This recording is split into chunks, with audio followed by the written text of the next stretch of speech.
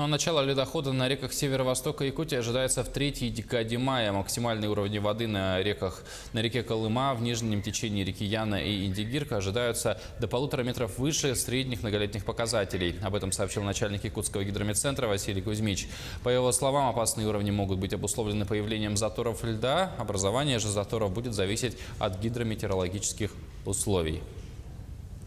У нас сегодня по прогнозам и по факту, с учетом того, что осенью уже полные реки замерзли, это примерно это имеется в виду Алазея, где уже подтопленные поселки таким же остались.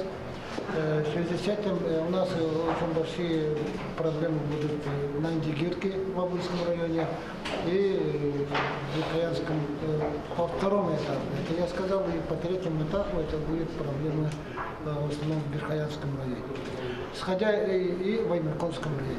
Исходя из этого, мы сегодня готовимся и уже будем принимать ряд решений вывоза людей пораньше, детей не только в районе центра, но и в городе Якутск. Мы даже к концу учебного года будем планировать вывести их за пределы республики на отдых. То есть такие превентивные меры сегодня нужны.